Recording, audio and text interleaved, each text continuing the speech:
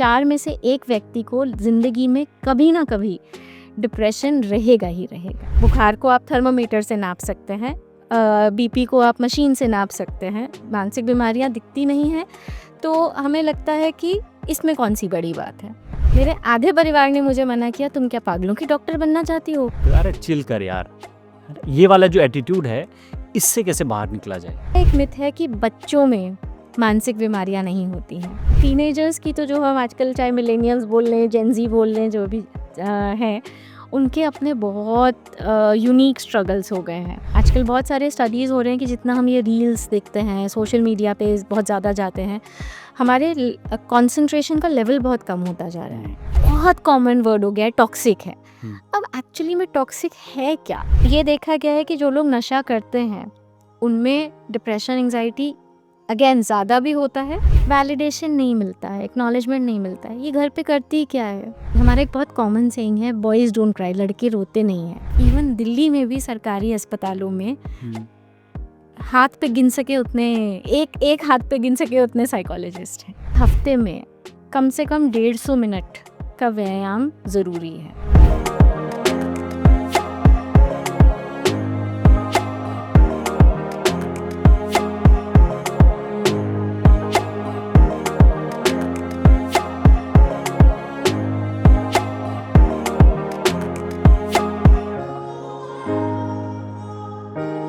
Hello and welcome, स्वागत है आपका एक्सप्रेस कैफ़े के एक नए एपिसोड में। इस बार के एपिसोड की शुरुआत कुछ सवालों से, सवाल आपसे, सवाल खुद से और सवाल उन तमाम लोगों से जो ये शो देख रहे हैं, क्योंकि इन्हीं सवालों में छिपा है आज का हमारा सब्जेक्ट। तो पहले सवालों से शुरुआत करते हैं और सवाल ये हैं कि क्या आप लगातार उदासी या सैडनेस फील करते हैं अपनी ज़िंदगी में? क्या आप निराशा महसूस करते हैं और ऐसा लगता है कि लाइफ में कुछ बचा नहीं है?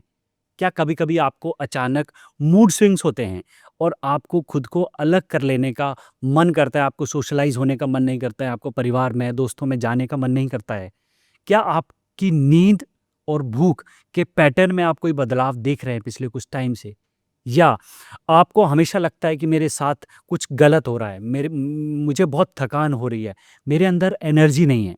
अगर आप इन सवालों से थोड़ा-सा भी रिलेट कर पा रहे हैं, तो ये शो यकीन मानिए आपके लिए है।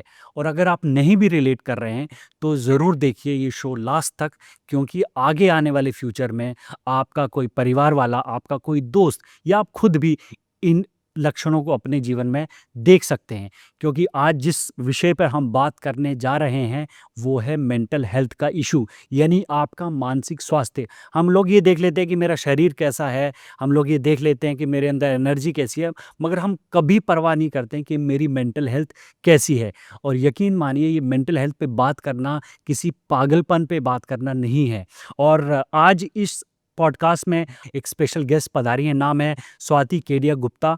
आप सीनियर साइकोलॉजिस्ट हैं, असिस्टेंट प्रोफेसर हैं क्लिनिकल साइकोलॉजी में, और आप अभी वर्किंग है एम्स दिल्ली में। जी, thank you so much Swati, यहाँ तक आने के लिए और इस विषय पर बात करने के लिए। सबसे पहले मेरा सवाल ये है, जो लोग पहली बार अगर मेंटल हेल्थ पे बातचीत को सुन रहे हैं, मेंटल हेल्थ है क्या? मानसिक स्वास्थ्य है क्या? बहुत अच्छा सवाल किया है आपने। ज़्यादातर लोग ये मानते हैं कि मेंटल हेल्थ जो है वो मेंटल इलनेस नहीं होना इज़ मेंटल हेल्थ, अच्छा। राइट? कि अगर आपको कोई मानसिक बीमारी नहीं है तो आप मानसिक रूप से स्वस्थ हैं। बट जो वर्ल्ड हेल्थ ऑर्गेनाइजेशन है वो कहता है कि आप मानसिक रूप से स्वस्थ हैं अगर आपकी सोचने समझने की शक्ति ठीक है, आपके इमोशंस या आपकी जो भावनाएं हैं उन पे आप मोर और लेस काबू रख सकते हैं। थोड़े बहुत मूड स्विंग्स वगैरह सबको होते हैं।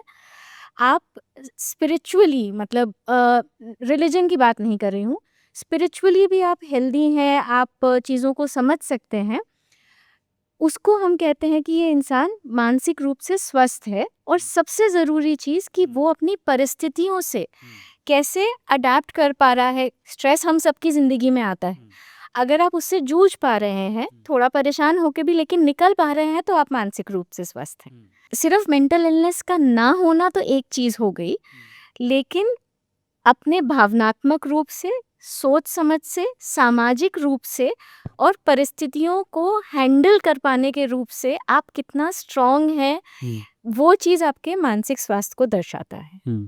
तो अगर नॉर्मली हम बात करें तो ऐसा क्या, जैसे मैंने कुछ लक्षण गिनाए शुरुआत में, डे टू डे लाइफ में हम लोग ऐसा क्या नोटिस करें, कुछ ऐसा क्या अलग नोटिस करें जिससे कि हम लोग इसकी परवाह करें कि मेरे को कुछ हो सकता इशू है, या मेरे घर में परिवार में और जो लोग हैं अगर मैं कुछ ऐसा नोटिस करता हूँ तो इशू है, तो वो जो मैं ये कह रहा हूँ कि वो अलार्म अलार्म बेल है क्या, कौन सा ऐसा लक्षण है जिसे देखकर हमें अपने मेंटल हेल्थ की परवाह करना शुरू करनी चाहिए। राइट। सो जैसे एक छोटी सी चीज़ से शुरू करते हैं कि मान लीजिए आपका कोई काम नहीं हुआ या आपके मन मुताबिक परिणाम नहीं निकला, तो क्या होगा? आप उदास होंगे, नॉर्मल है, सब होते हैं। बिल्कुल। उसी तरीके से अगर आपको किसी इंटरव्यू के लिए जाना है, जैसे आज मुझे इस पॉडकास्ट के लिए आना था, तो थोड़ी बहुत एंग्जाइटी होना या घबराहट होना अगेन बहुत नॉर्मल चीज़ें हैं। कहाँ पे हम वो लाइन ड्रॉ करते हैं कि ये जो हो रहा है मेरे साथ, मेरी भावनाओं के साथ या मेरी सोच के साथ, ये चीज़ें सो कॉल्ड नॉर्मल है और कहाँ पे वो मानसिक बीमारी का लक्षण बनती जा रही हैं। तो उसके लिए हम कहते हैं कि जो भी लक्षण हम देख रहे हैं, चाहे वो उदासी का है, घबराहट का है, डर का है, जब वो लंबे समय तक चलता रहता है। दूसरी चीज़, वो आपके अपनी फंक्शनिंग पे, आपके अपने कि आप क्या काम कर पा रहे हैं, क्या नहीं कर पा रहे, उसके ऊपर इम्पैक्ट डालने लगता है। आपके सोशल फंक्शनिंग पे, लोगों से मिलना-जुलना, बातचीत करना, उसके ऊपर फ़र्क डालने लगता है। आपके काम पे, चाहे आप अगर हाउसवाइफ़ हैं मान लीजिए, तो हाउसवाइफ़ का काम है घर सँभालना, लेकिन वो उसे लगने लगा मैं उतने अच्छे से नहीं सँभाल पा रही हूँ। या एक वर्किंग पर्सन है तो उसे लग रहा है कि काम पे जाने की इच्छा नहीं हो रही है या प्रोडक्टिविटी उतनी नहीं आ रही है, तो ऑक्यूपेशनल फंक्शनिंग पे भी इम्पैक्ट आने लगा है। दूसरी चीज़ कि जितना इम्पैक्ट किसी भी परिस्थिति का होना चाहिए था, जैसे आई सेड कि मान लीजिए आपका एग्जाम में अच्छे नंबर नहीं आए, तो दुखी होना बहुत नेचुरल है, नेचुरल। लेकिन वो इतने लंबे समय तक चला जा रहा है या आप उसमें इतना ज़्यादा दुखी हो गए हैं कि उससे निकल नहीं पा रहे हैं, तो वहाँ पर ये थोड़े से रेड फ्लैग्स होते हैं कि यहाँ पर अब हमें चीज़ों को शायद लेने की या अच्छे से समझने की ज़रूरत है। बिल्कुल। तो आपने बताया कि जैसे स्ट्रेस है, एंग्जायटी है, सैडनेस है, दुःख है ना? ये हमारी नॉर्मल इमोशंस है, बिल ह्यूमन बीइंग की, हर इंसान की इमोशन है, बिल होनी भी चाहिए। बिल्कुल।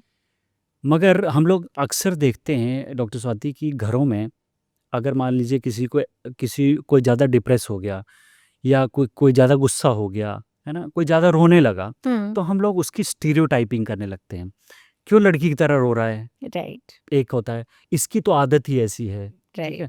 ये ओवरथिंकर है, राइट। ये नेगेटिव थिंकर है। ये जो छोटी-छोटी चीज़ें हैं घरों, परिवारों, दोस्तों में या सोशल सर्कल्स में, ये कैसे बड़ी बन जाती हैं? मैं वो समझना चाह रहा हूँ, एज़ अ साइकोलॉजिस्ट जिस आप बताइए। सो ये चीज़ हर परिवार में या मैं कहूँगी ज़्यादातर परिवार में होती है। मैंने खुद के परिवार में देखी है, जिसको हम स्टिग्मा कहते हैं बेसिकली। तो एक होता है सेल्फ स्टिग्मा, जहाँ पे जैसे मान लीजिए मैं परेशान हूँ, मुझे लगेगा अरे मैं तो छोटी-छोटी बातों पे परेशान हो जाती हूँ, मुझे चीज़ों के साथ निपटना नहीं आता है या मैं ही कमज़ोर हूँ। तो वो मेरा अपना स्टिग्मा हो गया। दूसरा होता है जो सोसाइटी हमें देती है या परिवार की तरफ से हमें मिलता है कि जैसे आपने कहा कि ज़्यादा सोच रहे हो, इसमें क्या है, स्नैप आउट ऑफ इट, अरे इतना क्यों परेशान होना है, ज़रा-सी तो चीज़ है। तो हम चीज़ों को मिनिमाइज़ कर देते हैं। अब उसका नुकसान ये 2-3 लेवल पे होता है। पहली चीज़, चाहे मैं खुद को स्टिग्मेटाइज़ कर रही हूँ या कोई और मुझे कर रहा है, तो मैं कभी भी अपनी प्रॉब्लम्स को सीरियसली नहीं लूँगी या अगर लेना भी चाहूँ तो लोग मुझे लेने नहीं देंगे, तो मैं हेल्प नहीं सीक करूँगी, राइट? अब मान लीजिए आपको बुखार है, आपने उसके लिए कोई दवाई नहीं ली, कुछ-कुछ बुखार हो सकता है खुद भी ठीक हो जाए, लेकिन ये भी हो सकता है कि वो बढ़-बढ़ के निमोनिया तक भी पहुँच जाए। उसी तरह से हमारा मानसिक स्वास्थ्य है, आपको कोई परेशानी हुई, आपने उसका इलाज नहीं लिया, आपने उसके लिए कोई मदद नहीं ली क्योंकि लोगों ने कहा कि तुम ज़्यादा सोच रहे हो, वो चीज़ बढ़ जाएगी और जब बढ़ेगी तो उसका इलाज उतना ही मुश्किल हो जाएगा, उससे निकलने में उतना ही समय लगेगा। अब कोई किसी को बुखार होता है तो हम कभी नहीं बोलते ना, "अरे स्नैप आउट ऑफ इट, बुखार ही तो है, इतना क्या सोचना है?" बिल्कुल। लेकिन अनफॉर्च्युनेटली क्योंकि मानसिक बीमारियाँ दिखती नहीं हैं। बुखार को आप थर्मामीटर से नाप सकते हैं बीपी को आप मशीन से नाप सकते हैं, मानसिक बीमारियाँ दिखती नहीं हैं, तो हमें लगता है कि इसमें कौन-सी बड़ी बात है। और वही फिर वो बढ़ते-बढ़ते एक लेवल इतना पहुँच जाता है कि उससे खुद निकलना तो बहुत ही मुश्किल हो जाता है और कभी-कभी इलाज भी लंबे समय तक कराना पड़ता है। बिल्कुल ठीक कहा आपने। डॉक्टर स्वाति, मुझे ये बताइए कि आजकल अगर इंडियन पर्सपेक्टिव की बात करें, तो हमारे यहाँ पर हल्का सा भी अगर कोई बोलता है कि मेरे दिमाग में कुछ दिक्कत हो रही है, तो एक स्टिग्मा ये भी जुड़ा कि ये पागल है। इसको पागलपन से जोड़ दिया जाता है। और कहीं न कहीं आपको लगता है कि आप तो डे टू डे लाइफ़ में बहुत सारे ऐसे पेशेंट, ऐसे लोग आते होंगे परेशान आपके पास, जो कि इससे जूझ रहे हैं, क्योंकि वो कई सालों तक इस बात को दबा के रखते हैं कि कोई मुझे पागल ना कह दे। राइट। या हम लोग अगर घर में कोई है इस तरह की इश्यू का, तो हम लोग इसलिए उसको डॉक्टर के पास नहीं ले जाते हैं कि किसी को पता चलेगा, बोलेगा पागल है। इस भय से, इस स्टिग्मा से, इस लेबल से बाहर निकलना कितना इम्पोर्टेंट है आज के टाइम पर? और जो लोग आपको सुन रहे हैं, उनको क्या कहना चाहोगे आप? आपको एक फ़नी स्टोरी सुनाती हूँ। हाँ, बिल्कुल। ये बात है 1997 की, जब मुझे ग्रेजुएशन शुरू करना था अपना। अच्छा। एंड मैं बिज़नेस फैमिली से बिलॉन्ग करती हूँ। एंड उस समय ऑब्वियसली साइकोलॉजी का उतना शायद बोलबाला भी नहीं था, स्कूल्स वगैरह में एज़ अ सब्जेक्ट भी नहीं था। मुझे बहुत शौक था, तो मैंने कहा ग्रेजुएशन में साइकोलॉजी करूँगी। मेरे आधे परिवार ने मुझे मना किया, तुम क्या पागलों की डॉक्टर बनना चाहती हो? पागलों की डॉक्टर बनोगी, इन लोगों को देख-देख के तुम खुद ही पागल हो जाओगी। सो आई हैव उस स्टेज से हम एटलीस्ट आज थैंकफुली उस स्टेज पे पहुँचे हैं जहाँ पे एटलीस्ट अर्बन एरियाज़ में लोगों को अवेयरनेस हो रही है पहले से ज़्यादा। दूसरा जो आपका जो सवाल था कि इससे निकलना के लिए हमें क्या करना चाहिए? वो ये है कि जितना जैसे अब ये प्रोग्राम हमारा हो गया, एज़ अ गवर्नमेंट हमारा role, as a mental health professional हमारा रोल है अवेयरनेस फैलाना। और दूसरा, जो पढ़े लिखे लोग हैं वो आगे अपने परिवार से, अपने फ्रेंड्स से, अपने रिलेटिव्स से, जितना वो लोग उस चीज़ के बारे में ओपनली बात करेंगे, या जो मरीज़ इस चीज़ से निकल रहे हैं वो उस चीज़ के बारे में जितना ओपनली बात करेंगे, उतना ही इसके बारे में अवेयरनेस बढ़ेगी और स्टिग्मा कम होगा। बिल्कुल ठीक कहा।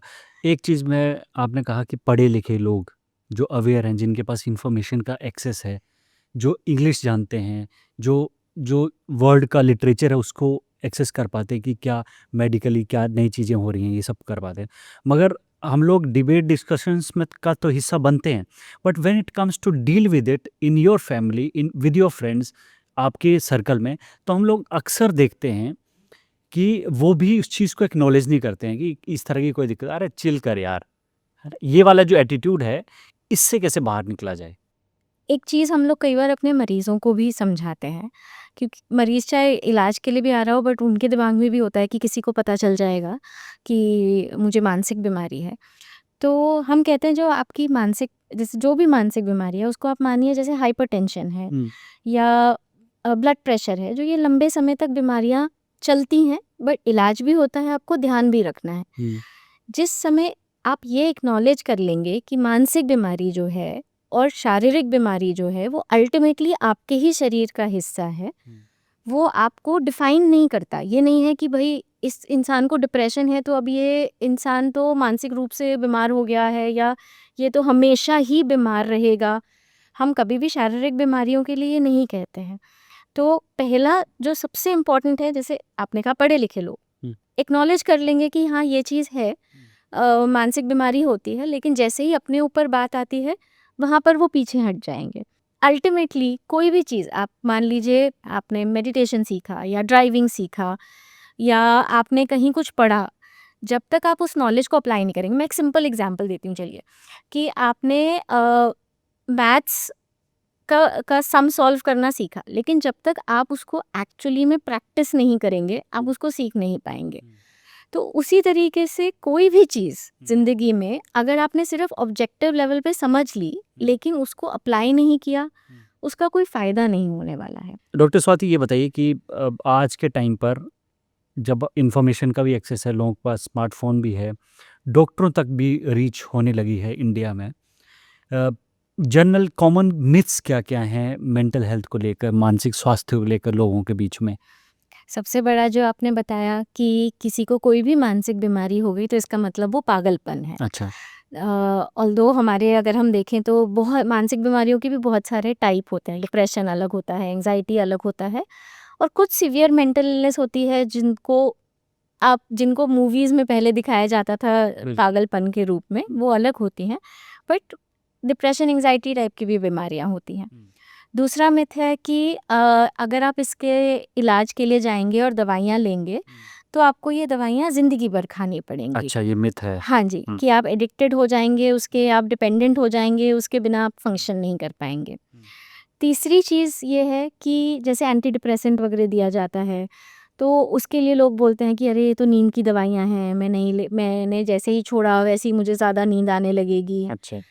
चौथा एक मिथ है कि बच्चों में मानसिक बीमारियां नहीं होती हैं, अच्छा। बट बच्चों में भी उतनी ही मानसिक बीमारियां और स्पेशली आज के माहौल में देखी जा रही हैं जितना कि एडल्ट्स में होती हैं। पांचवी चीज़ जो पिछले 2-3 साल के मेरे एक्सपीरियंस से मेरे सामने है, क्योंकि मैं ओल्ड एज लोगों के साथ आजकल डील करती हूँ, कि बूढ़े लोगों में भी कि में डिप्रेशन क्यों होगा, वो तो ज़िंदगी के बहुत सारे दौर से गुजर चुके हैं, बहुत वाइज होते हैं, रेजिलियंट होते हैं, तो उनमें मानसिक बीमारियां नहीं होती हैं। बट उनमें भी मानसिक बीमारियां होने की उतनी ही संभावना होती है। एक हाँ सबसे चीज़ जो हमने देखी है कि मान लीजिए किसी को मेंटल रिटार्डेशन है, इंटेलेक्चुअल डिसेबिलिटी जिसको कहते हैं, या इवन कोई मानसिक बीमारी है, उसमें बोला जाता है शादी करा देते हैं, शादी करा दो ठीक हो जाएगा। अच्छा। सो ये सारे मिथ्स बहुत प्रेवलेंट हम लोगों ने देखे हैं, अपने पेशेंट्स में भी, जनरल पब्लिक में भी। और इस बात में कितनी सच्चाई है कि लोग अक्सर ये कह देते हैं कि किसी मानसिक बीमारी की बात आती है तो ये कमज़ोर है, कमज़ोर लोगों को ऐसी होती है, या ये पागल लोगों की निशानी है। जी ठीक है, ये भी क्या कहीं ना कहीं मिथ से जुड़ा हुआ है? बिल्कुल बिल्कुल, इसमें कमज़ोरी का या इसको कहते हैं कि वीक विल्ड, जो हम लोग इंग्लिश में एक टर्म पढ़ते हैं कि आप अंदरूनी रूप से कमज़ोर हैं, इसलिए आपको मानसिक बीमारी हो गई। एंड वही फिर आगे उसका कारण बन जाता है इलाज ना लेने का, कि जब मैं अंदर से कमज़ोर हूँ तो मैं अपने आप को ठीक भी कर सकता हूँ, बट इसका कोई रिलेशन नहीं है। इवन स्ट्रॉन्ग से स्ट्रॉन्ग इंसान को भी ये मानसिक बीमारी हो सकती है। इनफैक्ट जो फिगर्स हैं स्पेशली डिप्रेशन के लिए, वो कहते हैं कि एक व्यक्ति, 4 में से 1 व्यक्ति को ज़िंदगी में कभी ना कभी डिप्रेशन रहेगा ही रहेगा। 25% ओके। Of people. इतनी बड़ी मतलब नंबर है ये, जी, और हम लोग एक्नॉलेज तक नहीं कर रहे हैं जी, इस चीज़ को। जी। आप मुझे बताइए कि अक्सर ये ऐसा होता है कि एक इंसान होता है, वो सामने से हंस रहा होता है, नॉर्मल दिखता है, अंदर अंदर उसको डिप्रेशन, एंग्जाइटी, पैनिक अटैक्स, इनसे वो बैटल कर रहा होता है।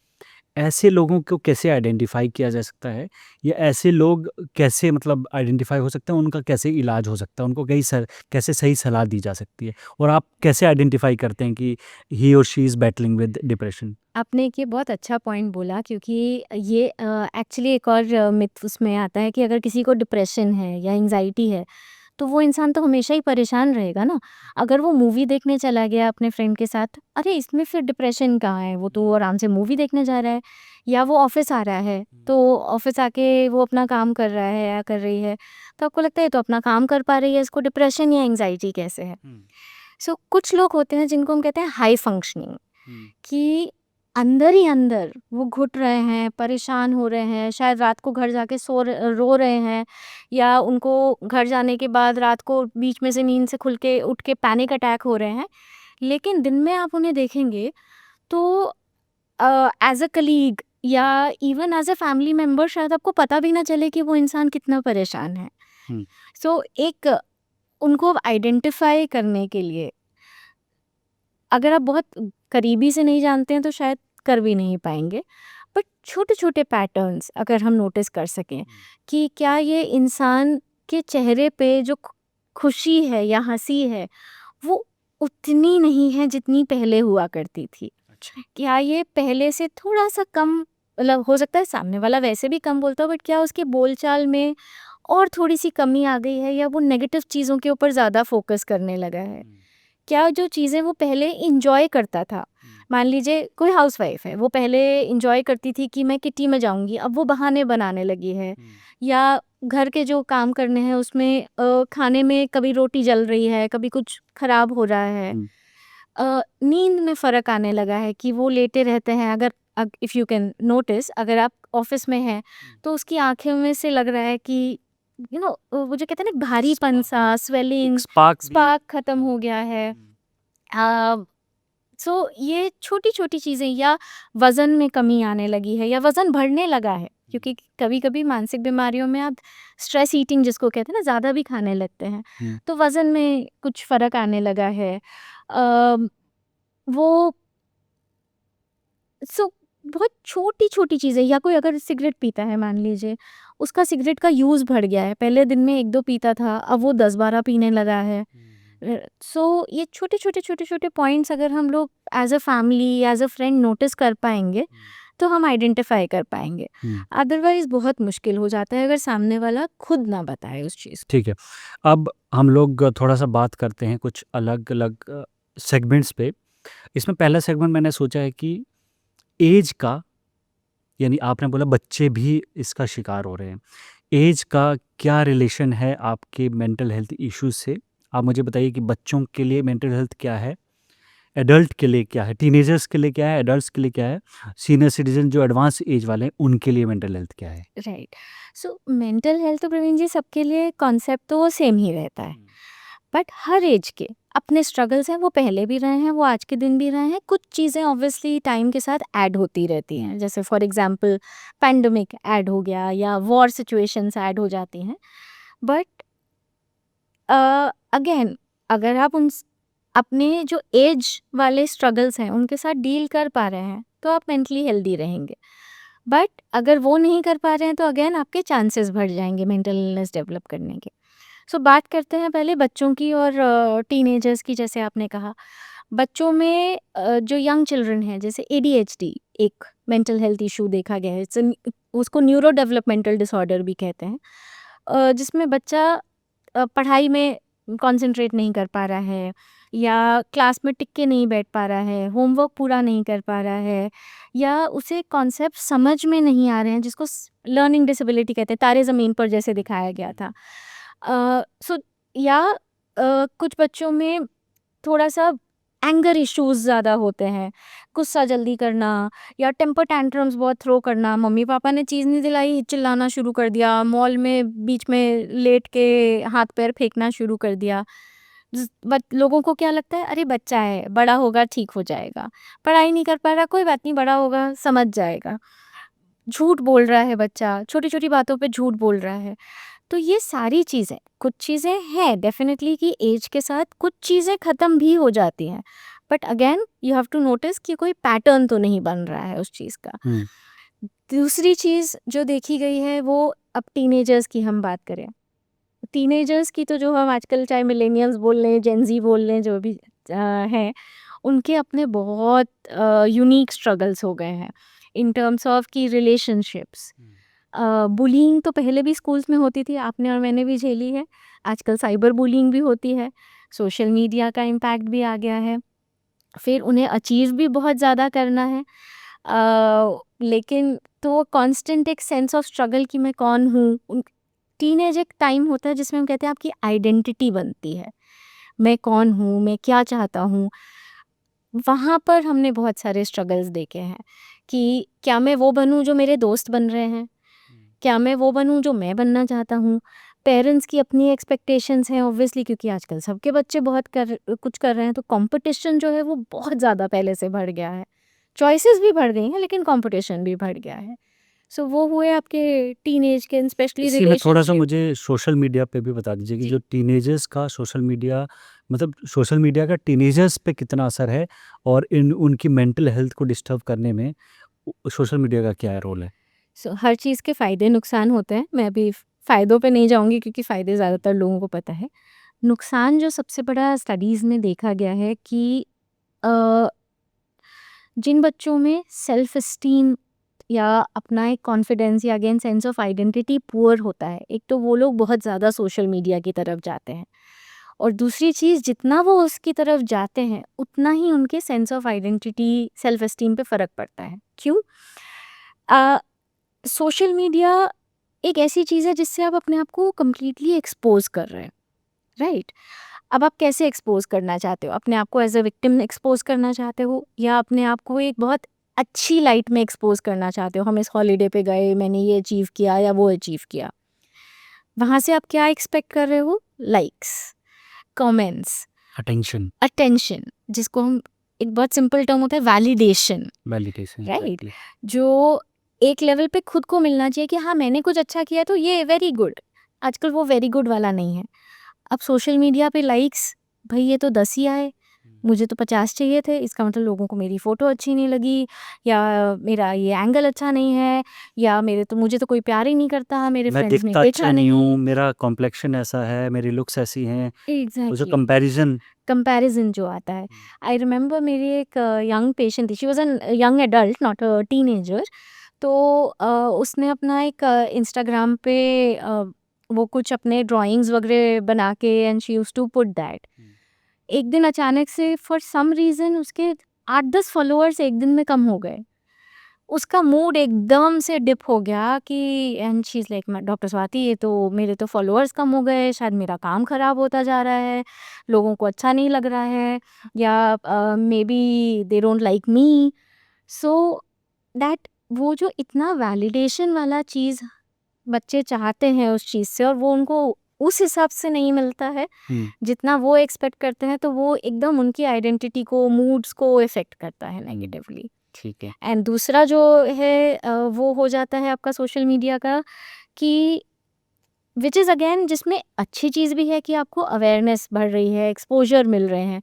बट क्या होता है लॉट ऑफ फेक स्टोरीज़, अभी जैसे हमारा इंडिया पाकिस्तान वाला जो हुआ उसमें बहुत सारे फेक स्टोरीज़ आ रहे हैं या इतने सारे जो यूक्रेन वॉर वगैरह चल रहे हैं, चीज़ों को बढ़ा-चढ़ा के बोला जा रहा है, वो बहुत एंग्ज़ायटीज़ क्रिएट करते हैं। राइट।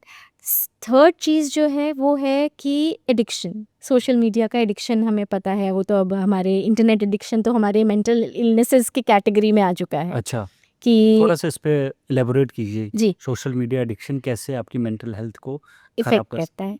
सो एज़ द जैसे एडिक्शन का जो कॉन्सेप्ट है, सो बेसिकली ये inter social media addiction particularly नहीं, इंटरनेट एडिक्शन की बात करी जाती है, जिसमें सोशल मीडिया वगैरह सब कुछ आ जाएगा, जिसमें आप कंप्लीटली बेसिकली आपका यूसेज जो है हुँ, वो बहुत ज़्यादा एक्सेसिव है, जिसे आप भी ऑब्जेक्टिवली समझ रहे हो एक्सेसिव है, लेकिन आप उसे कट डाउन नहीं कर पा रहे हो। अगर आपको फ़ोन नहीं मिले, जैसे जिसको हम नोमोफोबिया भी कहते हैं, अगर आपको फ़ोन नहीं मिले या फ़ोन आपका बंद हो जाए या बैटरी डिस्चार्ज होने वाली हो तो बहुत ज़्यादा एंग्जाइटी होने लगती है। हुँ, जैसे अगर अल्कोहल नहीं मिला है तो विथड्रॉल होने लगता है, वैसे ही एंग्जाइटी होने लगती है। तीसरी चीज़, आप कोई भी काम कर रहे हैं अपना, हुँ, जो आपके एज एप्रोप्रिएट काम है, आपके दिमाग में चल रहा है कैसे ये काम ख़त्म हो, मैं फ़ोन देखूँ, मैं इंटरनेट पे जाऊँ, मैं चीज़ों को देखूँ, बहुत देर से नहीं देखा है, एंग्जाइटी हो रही है, कुछ मिस तो नहीं हो गया, फोमो, किसी का कॉल तो नहीं मिस हो गया होगा, किसी का कोई इंटरनेट पे अपडेट तो नहीं मिस हो गया होगा, कोई व्हाट्सएप मैसेज तो नहीं मिस हो गया होगा मेरा। फिर at the cost of other things कि मान लीजिए अब मैं फॉर एग्जांपल मैं एक स्कूल गोइंग चाइल्ड हूँ।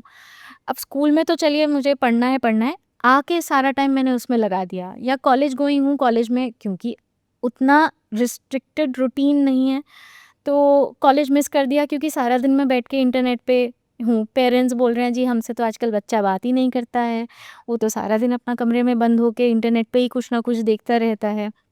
आपकी नींद पे इम्पैक्ट आने लगा है, रात-रात भर बैठ के आप सोशल मीडिया या इंटरनेट पे कुछ ना कुछ देख रहे हैं, आपको खाने से कोई मतलब नहीं है या जंक फूड बहुत ज़्यादा खा रहे हैं।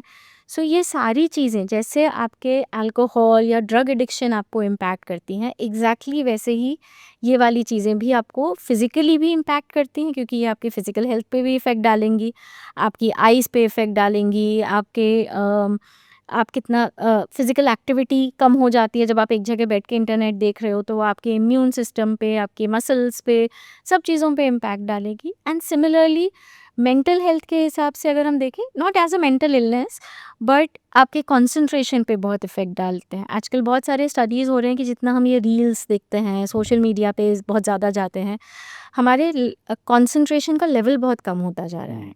तो अभी सबको क्विक फिक्सेस चाहिए, वो 2 सेकंड्स अटेंशन स्पैन चाहिए। धीरे-धीरे कम हो रहा है, जिससे कि हम लोग एग्ज़ैक्टली, शिफ्ट कर रहे हैं किताबों से एग्ज़ैक्टली, वीडियो में भी अब वो एक 30 सेकंड वाला फॉर्मेट ज़्यादा चल रहा है। एग्ज़ैक्टली। तो वो इसी सब की ये से सब जुड़ चीज़ें हो रही हैं, तो इसीलिए अब बुक्स नहीं, बुक्स में डिटेल होता है, नहीं सबको तो वो 1 मिनट में चीज़ें चाहिए। सो पेशेंस लेवल कम होता जा रहा है, आपके कंसंट्रेशन लेवल्स कम होते जा रहे हैं। ऑल्दो सोशल मीडिया में आप हैं, बट सोशल रिलेशनशिप्स जो ऑफलाइन होने चाहिए, वो उतने डीप नहीं हो रहे हैं। आजकल अक्सर हम देखते हैं, आप मेट्रो में चले जाइए, आप लॉन्ग ट्रेन जर्नी कर लीजिए, बस में जर्नी कर लीजिए, आप अपने को पैसेंजर जो आपके बगल में बैठा है उससे आप बातचीत तक नहीं करते हैं। अभी एक एनेक्डोट आपको बताता हूँ कि अभी कुछ दिन पहले एक सोशल मीडिया पे खबर आई कि एक मॉडल हैं या आरजे हैं, पता नहीं, मैं नाम भूल रहा हूँ, उन्होंने अपनी 8-9 घंटे की जर्नी में ईयरबड्स लगा के रखे, हुँ। और जब वो घर आई तो उनको एक लेफ्ट ईयर पे सुनना ही बंद हो गया था। और फिर बहुत उस सोशल मीडिया पे वायरल हुआ कि आपको कितना यूज़ेस करना है, यूज़ कितना नहीं करना है। और राइट, दूसरा, आप ये जो फ़ोन ने आपका पूरा सोशल वो रिलेशन ख़त्म कर दिया। आप एग्ज़ैक्टली, किसी से कोई मतलब ही नहीं रखते हैं पूरी जर्नी में, ठीक है? तो ये कहीं न कहीं एक जो नेचुरल राइट, ह्यूमन बीइंग का टेंडेंसी था, या बहुत अच्छी हैबिट थी, आप रिलेशन बिल्ड राइट। करते थे, दोस्तियाँ बनती थी, वो सारा दोस्तियाँ स्कोप बनती ख़त्म थी। हो गया है। आई रिमेंबर हम जब छोटे थे और ट्रेन जर्नीज़ करते थे, तो वो मम्मी घर से वो पूरी, आलू ये सब बना के लेके जाती थी। फिर लंच टाइम पे सबके डब्बे खुला करते थे। एग्ज़ैक्ट स्ट्रेंजर्स हैं जो उनको भी आपने ऑफ़र कर दिया, उन्होंने आपको खाना, और फिर सब बैठ के खाना खा के किस्से शेयर कर रहे हैं। जी, जी, शायद कभी नहीं मिलेंगे दोबारा, मिलेंगे। लेकिन वो इवन 2-2 दिन की journey used to become so bearable, क्योंकि एक अच्छी मुलाकात हो गई किसी से। मुलाकात हो जाती, एक नए लोग नए पर्सन से आप मिलते थे, है ना? तो वो सारा एक बड़ा मज़ेदार किस्सा एक पेशेंट के साथ हुआ। तो वो थेरेपी में ऑलमोस्ट मेरे साथ 1-2 साल रही। तो बीच में उसने आजकल वो ट्रिप्स वगैरह होती हैं, उसने वो किया, और हमारा ये था कि ट्रिप में तुम फ़ोन पे ज़्यादा नहीं लगोगी, तुम लोगों से बात करोगी, उनका पर्सपेक्टिव समझोगी। वो एक्चुअली वापस आके कहती है, डॉक्टर स्वाति बड़ा मज़ा आता है लोगों से बात करने में और उनके एक्सपीरियंसेस समझने में। लोगों ने एक्सप्लोर ही नहीं किया कभी। एक्सप्लोर जो आजकल की जनरेशन खासकर, जी, जो एकदम जेनज़ी हैं, या वो जो फ़ोन के साथ ही बड़े हुए हैं, उनके लिए तो ये बहुत ही अनएक्सप्लोर्ड चीज़। बहुत वापस आते हैं उसी मुद्दे पे कि हमने बच्चों का और डिस्कस कर लिया, टीनेजर्स टीनेजर्स का कर लिया, एडल्ट्स जो एडल्ट्स प्रोफेशनल लाइफ में हैं, जी, है ना? और 40-50 साल की एज तक के लोगों के लिए मेंटल हेल्थ राइट। क्या है और क्या-क्या सो इश्यूज़ आ रहे हैं उनके साथ? उनके साथ इन जनरल अगर पीछे कोई मेजर ट्रॉमास या प्रॉब्लम्स नहीं है, तो यूजुअली आप एक्सपेक्ट करते हो कि 20-25 तक आके आपका एक थोड़ा सा करियर में स्टेबिलिटी आ गया है, रिलेशनशिप ठीक ठाक है, तो आप ठीक ठाक निकल जाएंगे, क्योंकि वो उस पीरियड में आपका कोई ना कोई एक गोल बना है, चाहे वो करियर का है या हाउस वर्क का है, कुछ भी है। सो वो पीरियड निकल जाता है। प्रॉब्लम्स अगेन आती हैं, जैसे रिलेशनशिप्स अगेन, कि मैरिजेस, आजकल अरेंज मैरिजेस के अपने इश्यूज हो गए, लव मैरिज के अपने हो गए, मैरिज करनी भी है या नहीं करनी है उसके अपने इश्यूज हो गए, यंग एडल्ट्स में ब्रेकअप्स एंड मल्टीपल पार्टनर्स, वो सब चीज़ें थोड़ा सा हम लोग ज़्यादा देख रहे हैं। दूसरा हो गया जॉब में। नाउ हो सकता है कुछ बच्चे बोले कि डॉक्टर स्वाति नेगेटिव बातें बोल रहे हैं, बट मुझे जो एक अपना एक्सपीरियंस लगा है कि अ, लोगों में थोड़ा-सा पेशेंस कम हो गया है। तो अब जॉब है, मान लीजिए, जॉब में या परिवार में ऊपर-नीचे होगा, क्रिटिसिज़्म भी मिलेगा, एनवायरनमेंट में आपको नेविगेट भी करना पड़ेगा। यंग एडल्ट्स आजकल उस चीज़ के लिए बहुत तैयार नहीं होते हैं। उन्हें लगता है कि नहीं, जॉब बहुत अच्छा होना चाहिए, हम बोर हो गए, तो जल्दी-जल्दी जॉब स्विच करना, या जॉब में रिलेशनशिप्स एस्टैब्लिश करने में दिक्कत होना। सो वो कुछ इश्यूज़ हमने देखे हैं। मैरिज हो गई आपकी, अगर मान लीजिए, जैसे पर्सनल लाइफ में जो इश्यूज आ सकते हैं वो ये हैं कि अगर आप जॉइंट फैमिली में रह रहे हैं, ऑल्दो आजकल बहुत कम हो गया है, तो नेविगेटिंग बिटवीन अपने पार्टनर और पेरेंट्स के बीच में नेविगेट करना, कि कितना फ्रीडम चाहिए, कितना हमें कॉम्प्रोमाइज़ करना है, कितना वो लोग कॉम्प्रोमाइज़ करेंगे। और अगर आप अकेले रह रहे हैं, सो पार्टनर्स में आपस में कि माई वे और हाईवे जिसको कहते हैं ना, कि या तो सुन लो, तो वो जो एडजस्टमेंट वाला चीज़ होता है, जैसे मेरी मदर कई बार बोलते हैं कि तुम लड़कियां भी आजकल बोलती हो, मैं क्यों एडजस्ट करूं, एंड विच इज़ राइट, वो हम लोग भी करते हैं कि मैं क्यों एडजस्ट करूँ, मैं भी तो जॉब कर रही हूँ, मैं भी तो कमा रही हूँ। तो एक वो कॉन्सेप्ट थोड़ा सा ज़्यादा इश्यूज़ क्रिएट कर देता है मैरिज लाइफ में। फिर अगेन अगर आप अकेले रह रहे हैं, मान लीजिए दूसरे शहर में विथ योर पार्टनर रह रहे हैं, बच्चा हो गया, कहते हैं it takes a village to raise a child, एक गांव चाहिए होता है बच्चा को बड़ा करने के लिए। सपोर्ट सिस्टम्स कम सिंगल हो गए सिंगल हैं, पेरेंट्स जो हैं सिंगल या पेरेंट्स है हो ना, गए हैं। वो उनको भी बहुत जी सारी समस्याओं का जी क्योंकि जी, आजकल नाना नानी दादा दादी साथ में नहीं रह रहे हैं, तो बच्चे को रेज करने में बहुत बहुत मुश्किल होती उसकी है, वजह से क्योंकि हम कई बार हॉरर स्टोरीज सुनते हैं कि नानी के साथ कोई प्रॉब्लम हो गई या कुछ। सो वहाँ पे किसी एक पार्टनर को अगर जॉब छोड़ना पड़े तो उसके अपने स्ट्रगल्स होते हैं, या आप हमेशा बच्चे को किसी ना किसी वो हाउस हेल्प या किसी के पास छोड़ के जाएंगे। सो वो थोड़े से स्ट्रगल्स देखे गए हैं, बट इन जनरल अगर पहले की लाइफ स्टेबल है तो एडल्टहुड आपका फिर भी रीजनेबली ठीक एक निकल चीज़ मैं जाता है। इसी में जोड़ के पूछना चाहता हूँ कि जो एडल्ट्स हैं उनका ज़्यादातर टाइम जो है वो अपने वर्क स्पेस पे बीतता है, वर्क प्लेस, और इस पे बड़ी डिबेट होती हम्म है कि वर्क आवर कितने हों, ऑफिस का एनवायरनमेंट कैसा हो, टॉक्सिक तो नहीं है। ये जो चीज़ है आजकल के लोगों, आप जो एनकाउंटर करती हैं डे टू डे लाइफ में अपने पेशेंट को देखती हैं, आपके पास कितने ऐसे केसेस आते हैं जिसमें कि वर्क प्लेस को लेकर लोग अनसेटिस्फाइड रहते हैं, या वहाँ का जो क्रिटिसिज्म है उसको सही से नहीं ले पाते हैं, या वहाँ की जो इंटरनल पॉलिटिक्स है उसको सही से नहीं डील कर पाते हैं, राइट और वो बैगेज लेके, और work pressure obviously high competition का राइट। ज़माना है, तो वो जो वर्क प्रेशर कैरी करते हैं अपने ऑफिस स्पेस से घर के लिए, वो कितना प्रॉब्लम क्रिएट करता है, और and how to deal with that. Right. So मेरा थोड़ा सा इसमें जो जैसे आपने कहा ना कितने लोग, वो थोड़ा सा सैम्पल काइंड ऑफ बायस रहेगा, क्योंकि क्या होता है कि मेरे पास ऑब्वियसली जो लोग आ रहे हैं वो मानसिक रूप से परेशान हैं, चाहे वो डिप्रेशन हो या एंजाइटी हो। तो और हमें पता है कि मानसिक बीमारियों में स्ट्रेस के साथ जूझने की क्षमता और कम हो जाती है। सो ऑब्वियसली फिर मेरी पॉपुलेशन में ज़्यादातर लोगों को स्ट्रेस, ऑफिस से रिलेटेड स्ट्रेस ज़्यादा महसूस होता है। सो मैं ये नहीं कह पाऊँगी कि सारे इस एज के सारे लोगों को ये सारी प्रॉब्लम्स हैं, कि वर्क प्लेस टॉक्सिक लग रहा है या डील नहीं कर पा रहे हैं। बट यस, एक कॉमन ट्रेंड ये देखा है मैंने कि जैसे वो टॉक्सिसिटी की आपने बात की, बहुत कॉमन वर्ड हो गया है, टॉक्सिक है। हम्म, अब एक्चुअली में टॉक्सिक है क्या?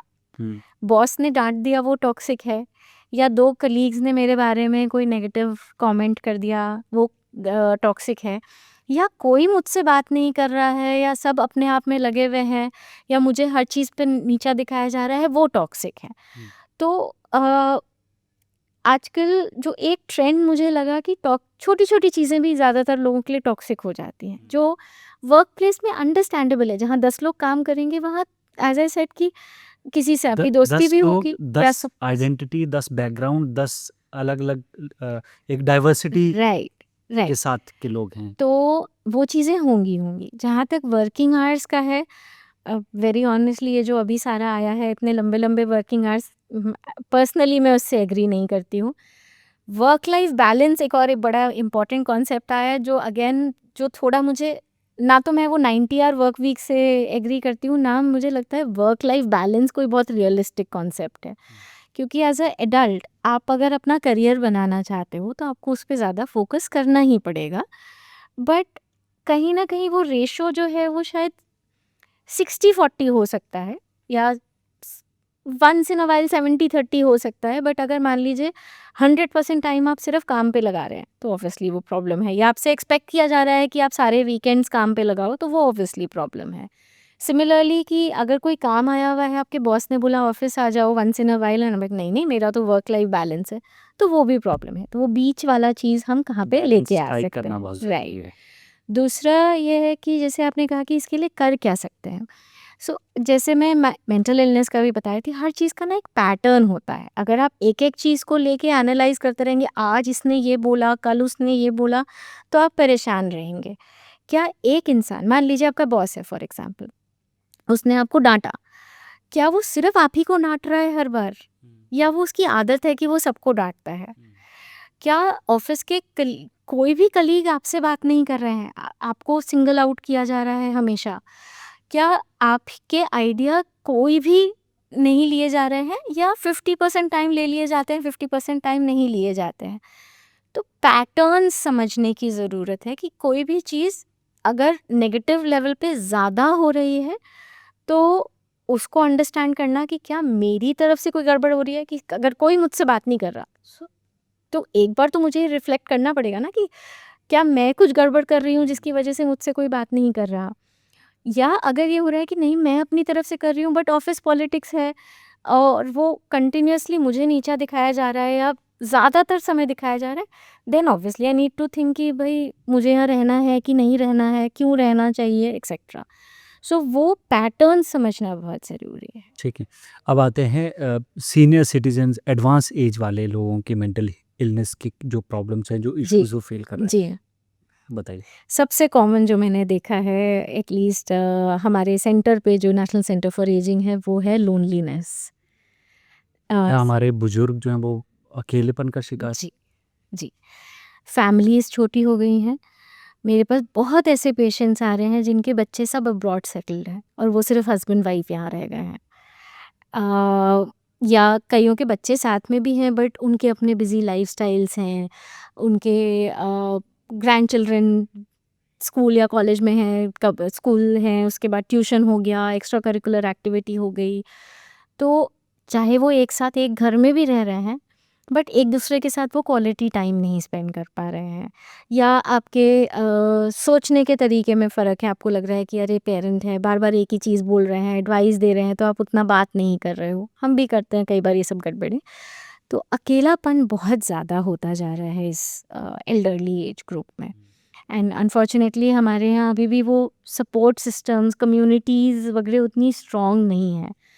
दूसरा जो चीज़ हम देख रहे हैं अगेन एल्डरली में उतना कॉमन नहीं है जितना एडल्ट्स में होता है, बट डिप्रेशन भी काफ़ी कॉमन है। जैसे एंड डिप्रेशन में हमने जो एक चीज़ देखी कि ज़्यादातर बुज़ुर्ग उदास नहीं होंगे, चिड़चिड़े हो जाएंगे, या जो चीज़ें उन्हें पहले अच्छी लगती थी उनका करने का मन नहीं करेगा, या बहुत ही ज़्यादा थकावट महसूस होगी। तीसरा देखा है कई बार आपके जब पार्टनर का लॉस हो जाए एक एल्डरली के लिए, या फिर अ, बहुत कॉमन नहीं है लेकिन लॉस ऑफ अ चाइल्ड, बच्चे की डेथ हो गई या ग्रैंड चाइल्ड की डेथ हो गई एक्सीडेंटल या कुछ, वो ट्रॉमा उन लोगों के लिए बहुत ज़्यादा हो जाता है। एंजाइटी, मैं गिर ना जाऊं, मैं दूसरों के ऊपर डिपेंडेंट ना हो जाऊं, डेथ को लेके, कि कई लोग होते हैं जो एक्सेप्ट करते हैं कि हाँ डेथ आएगी, कई बार लोगों को उसकी एंजाइटी हो जाती है कि मुझे कुछ हो गया तो क्या होगा, चीज़ें कैसे चलेंगी, एक्सेट्रा। एंड उसके अलावा जो एक कॉमन बीमारी जिसको डिमेंशिया कहते हैं, कि जिसमें आप भूलने लगते हैं कौन सी चीज़ कहाँ रखी थी, क्या बात हुई थी, खाना क्या खाया, वो भी एक काफ़ी कॉमन बीमारी एल्डरलीज में देखी गई है। ठीक है। आपने बहुत अच्छे से बताया पूरा, बच्चों से लेकर बुजुर्गों तक। एक सवाल मेरे दिमाग में आ रहा है डॉक्टर स्वाति कि अल्कोहलिज्म का, ड्रग, ये सब्सटेंस यूज़, जो लोग ड्रग एडिक्ट हो जाते हैं या रोज़ शराब पीते हैं, आदत बना लेते हैं सालों साल, क्या वो किसी तरह की मेंटल इलनेस, डिप्रेशन, एंग्जाइटी, इस तरह से वो कितने प्रोन या वल्नरेबल होते हैं उन चीज़ों के लिए? राइट। तो ये अगेन ये कनेक्शन जो है मेंटल इलनेस का और अल्कोहल या ड्रग यूज़ का, ये दोनों तरफ से देखा दोनों गया है। तरफ से। तो एक इसका एक टर्म होता है सेल्फ मेडिकेशन हाइपोथेसिस, कि जिसको मानसिक बीमारी है, मान लीजिए डिप्रेशन है, एंजाइटी है, वो लोग अपनी एंजाइटी या अपने उदासीपन को कम करने के लिए जी। ये नशे की तरफ ज़्यादा जाते हैं, क्योंकि उससे शॉर्ट टर्म उनको बेटर फील होता फील है। गुड। जैसे एक उसको मिथ नहीं कहूँगी, ये होता है कि मान लीजिए मुझे सोशल सिचुएशंस में एंजाइटी हो रही है, चलो जी 2 घूँट लगा के चले जाओ तो थोड़ा-सा बेटर फ़ील होगा, तो मैं लोगों से बात कर पाऊँगी। अब वो 2 घूँट कब 4 घूँट से आधा ग्लास से एक बोतल 60 ml पहुँच जाता है, वो कई बार पता नहीं चलता। तो एक तो वो रहता है। दूसरा, जैसे अब हम अगर अल्कोहल की बात करें, इनको मेडिकल टर्म्स में डिप्रेसेंट कहा जाता है। बेसिकली आपके सेंट्रल नर्वस सिस्टम जो हमारा ब्रेन और है, इनको डिप्रेस करता है। तो इसीलिए जब आप अल्कोहल या किसी भी नशे में हैं, आपकी जजमेंट कम हो जाती है कि कैसे चीज़ों को समझना है, सोचने समझने की शक्ति, कॉन्सेंट्रेट करने की शक्ति, लॉजिकली सोचने की शक्ति, ये सब कम हो जाती है। सो क्या होता है कि कोई भी नशे में थोड़ी टाइम के लिए हाई मिलेगा, अच्छा लगेगा, आप चीज़ों को कर पाएंगे एक्सेट्रा, लेकिन जैसे ही उसका असर ख़त्म होगा, वापस से वही सब चीज़ें, डिप्रेशन, एंग्जाइटी, वो सारी चीज़ें शुरू हो गई। अब अगली अगली बार एज़ इन कि मे बी आफ्टर 3 मंथ्स या 6 मंथ्स के बाद, अब इतने से आपको फ़र्क नहीं पड़ रहा है इतने नशे से, तो अब आपने उसको इतना कर दिया, फिर इतना कर दिया। तो ये देखा गया है कि जो लोग नशा करते हैं, उनमें डिप्रेशन, एंग्जाइटी अगेन ज़्यादा भी होता है, और क्योंकि ये कॉम्बिनेशन रहता है कि डिप्रेशन का डायग्नोसिस भी है और नशा भी कर रहे हैं, तो इलाज जो है वो उतना ही प्रॉब्लमैटिक भी हो जाता है, क्योंकि आप किसको डील करोगे पहले।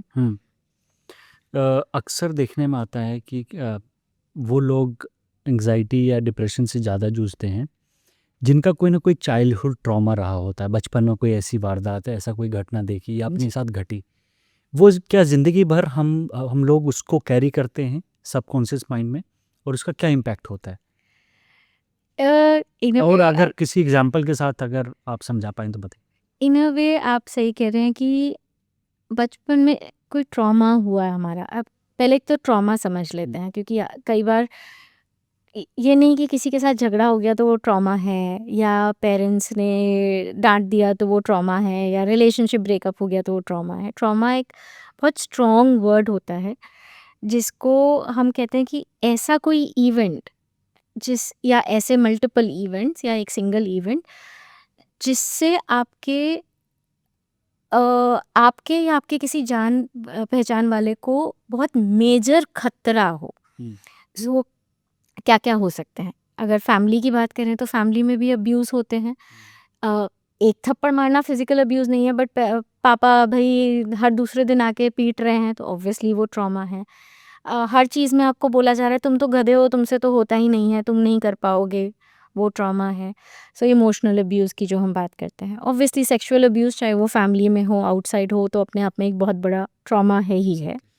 फिर आपने किसी का एक्सीडेंट देखा, या आपका खुद का कोई एक्सीडेंट हुआ, सो ये सब चीज़ें आपके ट्रॉमा में, या आपने loss of a parent for example, या आपको किसी ने कुछ नहीं कहा, लेकिन आप देख रहे हो रोज़ घर में मम्मी पापा एक दूसरे का सर फोड़ रहे हैं, या मम्मी की रोज़ पिटाई हो रही है। So all these things are trauma, क्योंकि वो कहीं ना कहीं आपके दिमाग में, सबकॉन्शियस कॉन्शियस माइंड में बहुत डर और एंग्जाइटी बिठा देती है। एक बच्चा है, उसको क्या चाहिए? सबसे इम्पोर्टेंट क्या चाहिए? सेफ्टी। हमारी बेसिक नीड है कि मैं सेफ हूँ। अगर वो सेफ्टी ही नहीं मिलेगी तो क्या होगा? आप हमेशा एक आपका दिमाग, मुझे हिंदी टर्म नहीं आ रहा, जैसे हम कहते हैं emotional arousal, in the sense कि एक एग्जाम्पल लेते हैं। मान लीजिए आप एक को एक शेर के पिंजरे में बंद कर दिया जाए। शेर को खाना मिल रहा है, वो आपको नहीं खाएगा, बट आपको पता है खा सकता है। थ्रेट हमेशा है। आप हमेशा एक एंग्शियस स्टेट में रहेंगे, एग्जैक्टली। राइट? हमेशा एक वो, अब मैं आपसे पूछ रही हूँ भाई तुम 2 × 2 +5 + 6 करो। आप कोशिश तो कर रहे हो, लेकिन आपका दिमाग सारा कहाँ है? टाइगर तो नहीं खा जाएगा। So this is what a trauma does एक बच्चे के साथ, कि वो हमेशा उसके बैक ऑफ द माइंड में एक डर बना रहेगा, चाहे वो अब शेर है या नहीं है, उसको अगर ये डर है कि मुझे शेर के पिंजरे में फिर से बंद किया जा सकता है। सो आप सोचिए, कोई इंसान हमेशा एक अलर्ट स्टेट में रह रहा है, राइट? अब वो कितना अच्छे से फंक्शन कर पाएगा? अब हम आते हैं कि उसका इफ़ेक्ट क्या होता है। ऑब्वियसली जैसे आपने बताया कि ये देखा गया है कि जितने लोगों में चाइल्डहुड ट्रॉमा रहा है, मेजॉरिटी ऑफ केसेस में कोई ना कोई मेंटल हेल्थ इश्यूज, चाहे वो पोस्ट ट्रॉमेटिक स्ट्रेस डिसऑर्डर हो, चाहे वो डिप्रेशन हो, चाहे वो कोई सिवियर बीमारी हो, या पर्सनालिटी डिसऑर्डर हो, कोई ना कोई इश्यूज देखे ही गए हैं। अनफॉर्चुनेटली अपने आप वो रिजॉल्व नहीं होते हैं। थेरेपी की मदद से, कभी कभी दवाइयों की मदद से उन चीज़ों के ऊपर काम किया जा सकता है, बट क्या आप कभी भी भूल पाएंगे उसको? नहीं भूल सकते। जो आपका सवाल था कि वो क्या वो सबकॉन्शियस माइंड में रहता है? हाँ, वो रहता है। वो एक घाव है जो शायद अंदर से भर भी जाए हेल्प से, लेकिन उसका वो निशान रह जाता है। सो आप भूलते नहीं हैं, आप उसके साथ डील करना सीख जाते हैं। और आपकी अगर आप पर्सनैलिटी का कहीं ना कहीं वो हिस्सा बन ही जाता बन है। जाता है। अगले सवाल पे चलते हैं जो कि मोस्ट कॉमन सवाल है और अक्सर हम लोग ये कन्फ्रंट करते हैं ऐसे लोगों के साथ, कभी-कभी हम वो खुद हो जाते हैं। वो है एंगर का, जी, है ना? एंगर इश्यूज़ बहुत जी। सारे लोगों में होते हैं। घर में परिवार कभी कोई पिता एंगर इश्यूज़ के साथ होता है, कभी मदर होती है, कभी बच्चा होता है, कभी टीचर होता है, कभी बॉस हुँ, होता है, हुँ। कभी कोवर्कर होता है। क्या एंगर इशू अपने आप में मेंटल हेल्थ इशू है? और अगर है, तो ऐसे लोगों के साथ कैसे डील किया जाए? राइट, उनको किस तरह की थेरेपी, किस तरह की सलाह और किस तरह की ट्रीटमेंट की ज़रूरत होती है? Right. So yes, definitely mental health issue है, क्योंकि जैसे हमने मेंटल हेल्थ की डेफ़िनेशन में कहा कि आपका इमोशनल जो मूड्स वगैरह हैं, उन वो कितना कंट्रोल में है, क्या वो बहुत ज़्यादा ऊपर-नीचे जा रहे हैं। तो वही एंगर भी, अगर एंगर नेचुरल इमोशन है, इनफैक्ट हम कहते हैं एंगर नेसेसरी इमोशन भी है, क्योंकि एंगर आपको ये दिखा समझाता है कि हाँ, कोई चीज़ हुई है जो आपकी मर्ज़ी के खिलाफ है। लेकिन क्या वो जो गुस्सा है, हम सही समय पे निकाल रहे हैं, सही व्यक्ति के साथ निकाल रहे हैं और सही तरीके से निकाल रहे हैं? अगर ये चीज़ फ़ॉलो हो रही है तो एंगर में प्रॉब्लम नहीं है। सो फॉर एग्ज़ाम्पल, मुझे बॉस ने डाँटा, मैंने घर आके बच्चे को थप्पड़ मार दिया, दैट इज़ नॉट राइट। या बच्चे ने कोई चीज़ तोड़ी-फोड़ी थी, मान लीजिए उसने ग्लास तोड़ दिया था और मैंने उसको कमरे में 2 घंटे के लिए बंद कर दिया। तो प्रोपोर्शन जितना गुस्सा करना चाहिए था, उससे ज़्यादा गुस्सा किया। जिसके ऊपर करना चाहिए था, उसके ऊपर नहीं करके बच्चे के ऊपर किया, राइट? अ, मेरे हस्बैंड ने मुझे कुछ बोला, मुझे गुस्सा आया, उस समय मैंने कुछ नहीं बोला। 2 हफ्ते के बाद, "तुम तो हमेशा ऐसे ही करते हो, तुम कभी मेरी बात नहीं सुनते हो, उस दिन भी तुमने नहीं सुनी थी।" तो मैंने सही समय पे नहीं निकाला। सो गुस्से को अगर हम ये 3 चीज़ें फ़ॉलो कर सकें तो बहुत अच्छा है। प्रॉब्लम ये होती है कि जब वो इससे हट जाता है। एज़ आई सेड कि या तो इतना ज़्यादा हो रहा है, जितनी की ज़रूरत नहीं थी, उस इंसान के ऊपर हो रहा है, जिसके ऊपर गुस्सा करने की ज़रूरत नहीं थी, और एक ऐसे समय पे हो रहा है जब वो गुस्से वाला इवेंट तो चला ही गया है। सो वहाँ पे या तो अगर मेरे साथ हो रहा है तो मुझे मदद लेने की ज़रूरत है, अगर किसी और के साथ हो रहा है तो मुझे उनको बताने की ज़रूरत है। अब इश्यू ये होता है कि अब मान लीजिए मुझे गुस्सा आ रहा है, तो मैं अपने लिए तो मदद भी ले सकती हूँ। मैं कुछ रीडिंग्स वगैरह करके, चलो मेडिटेशन कर लिया, रिलैक्सेशन एक्सरसाइज़ेज़ कर लिया, डिस्ट्रैक्ट कर लिया, मैं कर लूँ। बट अब मान लीजिए आप मेरे फैमिली मेंबर और मैं बोल रही हूँ, प्रवीण जी आपको ना बड़ा गुस्सा आता है, आप जाके किसी साइकियाट्रिस्ट को दिखा लो या साइकोलॉजिस्ट को दिखा लो तो और गुस्सा ऑफेंड हो जाएँगे। ऑफेंड ही हो जाए। मैं एग्ज़ैक्टली। पागल थोड़ी हूँ। तो मदद की सामने वाले को ज़रूरत है, बट अनफॉर्च्युनेटली जो मेरा एक्सपीरियंस रहा है कि जो लोग खुद के लिए मदद सीख कर लेते हैं वहाँ तक तो ठीक है, लेकिन फैमिली मेंबर्स में या फ्रेंड्स में या फ्रेंड्स में भी वो बोल सकते हैं, हुँ, बट आप अथॉरिटी फिगर जो है उसको नहीं बोल पाते हो। बच्चे के साथ अगर हो रहा है तो पेरेंट्स कई बार ले आते हैं काउंसलर, साइकोलॉजिस्ट वगैरह के पास कि जी बच्चे को बहुत ज़्यादा गुस्सा आ रहा है तो उसके लिए हमें डील करना है। अब अगर मान लीजिए मेरे पेरेंट्स या वन पेरेंट बहुत ज़्यादा गुस्सा कर रहे हैं एंड एज़ अ चाइल्ड, अब मैं एज़ आई सेड कि अब मैं उनको बोलूँ कि आपको साइकोलॉजिस्ट के पास जाने की ज़रूरत है, तो सीधा रिस्पॉन्स होगा, "मैं पागल हूँ क्या? तुम काम ही ऐसे करते हो, तुम्हारी गुस्सा तो मुझे आएगा ही आएगा।" अब उस केस में वहाँ पे बार-बार बोलने से कि नहीं आपको हेल्प की ज़रूरत है, उससे प्रॉब्लम नहीं सॉल्व होने वाली। तो क्या मैं सीख सकती हूँ? तो जैसे फॉर एग्ज़ाम्पल हम कई बार पेशेंट्स को सिखाते हैं कि आपके परिवार का कोई सदस्य बहुत ज़्यादा गुस्सा कर रहा है, आप उससे कैसे निकल सकते हो? सो जैसे फॉर एग्ज़ाम्पल एक छोटा स्ट्रैटेजी कि टाइम आउट, कि आपने सामने वाले को आराम से बोला कि पापा अभी आप बहुत गुस्से में हैं, मैं बाद में बात करता हूँ, मैं बाहर निकल आता हूँ। दूसरा चीज़, क्या आप अपने खुद के उस समय, क्योंकि आपको भी उस समय बहुत बुरा लग रहा है, गुस्सा आ रहा है, कई बार गुस्से में हमने 4 चीज़ें बोल दी फिर वो और भड़क गए। क्या हम अपने गुस्से को थोड़ा कंट्रोल में रख सकते हैं? ताकि वो इतना आगे ना बढ़े कि चीज़ आउट ऑफ कंट्रोल चली जाए। तीसरा ये समझना, एंड ये बहुत ईज़ी नहीं है मेरे लिए, कहना बहुत आसान है, वो करना बहुत मुश्किल होता है, ये समझना कि सामने वाले के गुस्से का क्या मेरे से कोई डायरेक्ट रिलेशन था? क्या एक्चुअली में मेरी गलती थी? तो मैं ठीक करूँ। अगर वो उसका नेचर ऐसा है, तो मुझे उसको पर्सनली लेने की ज़रूरत नहीं है। हमें सबसे ज़्यादा गुस्सा कब आता है कि जब मैं चीज़ों को पर्सनली लेती हूँ। फॉर एग्ज़ाम्पल अगर मैं आपको बोलूँगी कि आप ना आप बहुत फॉर एग्जाम्पल आप मोटे हो रहे हो, एक ज़्यादातर लोगों को लगेगा अरे हाँ यार मैं मोटा हो रहा हूँ, या गुस्सा आएगा ऐसे कैसे बोल दिया तुमने। बट अगर मैं 10 बार भी बोल दूंगी प्रवीण जी आपके सर के ऊपर सींग है, तो आपको गुस्सा नहीं आएगा, आपको बुरा भी नहीं लगेगा, क्योंकि आपको पता है कि आपके सर पर सींग नहीं है। सिमिलरली जब मुझे सामने वाला मेरे ऊपर गुस्सा कर रहा है किसी भी चीज़ के ऊपर, मैं पर्सनली ले लूँ अगर उस चीज़ को कि मेरे ऊपर गुस्सा किया जा रहा है, मेरे ऊपर उंगली उठाई जा रही है, या मेरी कोई बुराई पॉइंट आउट करी जा रही है, वो चीज़ मुझे हर्ट करेगी। But if I can accept यार इसकी तो नेचर ही ऐसी है, बॉस ने बोला, बॉस हर एक को डांटता रहता है, तो अपने कलीग्स के साथ बैठ के थोड़ा सा मस्ती कर लिया कि यार ये तो बोलता रहता है, राइट। सो पर्सनली नहीं लेना। एंड अगर चीज़ें बिल्कुल ही आउट ऑफ कंट्रोल होती जा रही हैं, जैसे फिजिकल अब्यूज़ हो रहा है या बहुत ज़्यादा इमोशनल अब्यूज़ है एंगर की वजह से पेरेंट्स के यहाँ, तो एडल्ट चिल्ड्रन में भी समटाइम्स इवन एक्सप्लोर कि आप क्या घर से दूर रह सकते हैं, क्योंकि अगेन कॉन्स्टेंटली उसी इन्वायरमेंट में रह के वो स्ट्रेस बना ही रहेगा उस चीज़ का। एग्जैक्टली। डॉक्टर स्वाति, हम लोग उस देश में रहते हैं जहाँ आज भी जादू टोना, ऊपरी हवा, है ना, इस तरह की चीज़ें प्रेवलेंट हैं और बड़े लेवल पे हैं। और जब हम लोग मेंटल हेल्थ इश्यूज़ की बात करते हैं, तो सबसे पहले आज भी लोग अप्रोच करते हैं किसी तांत्रिक को, किसी मौलवी को या किसी ज्योतिष को, कि ये तो ऊपरी हवा ही हमारे हाथ में नहीं है। ऐसे में as a medical science practitioner आप इस चीज़ को कैसे देखती हैं?